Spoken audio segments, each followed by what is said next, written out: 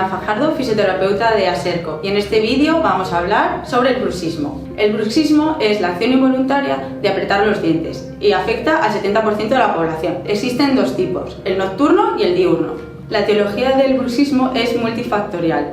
Sus causas más frecuentes son el estrés, la ansiedad y la tensión. Los síntomas principales del bruxismo suelen ser el desgaste de las piezas dentales, que lo suele diagnosticar el dentista o el odontólogo, el dolor de mandíbula, el aumento de la tensión a la musculatura del cierre, como es el masetero, el temporal, los pterigoideos, dolores de cabeza.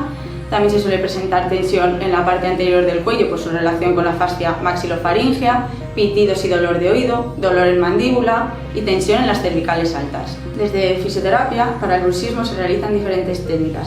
Las principales suelen ser las técnicas musculares para la musculatura masticatoria, en la cual se suele hacer punción seca, técnicas neuromusculares, stretching, masoterapia.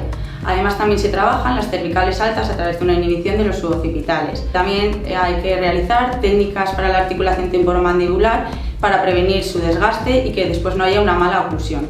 Hay diferentes ejercicios que se pueden recomendar para la prevención de esta lesión. Entre ellos puede ser automasaje en la zona del masetero realizando círculos. Podemos también realizar un stretching de estos músculos que son del cierre de la boca realizando una apertura mantenida. Y también podríamos recomendar estiramientos de la zona de las cervicales, trapecio, angular, suboccipitales. Recuerda acudir a tu fisioterapeuta en el caso de padecer esta patología para que él pueda valorarte y realizarte un tratamiento adecuado. Muchas gracias, nos vemos en el próximo vídeo.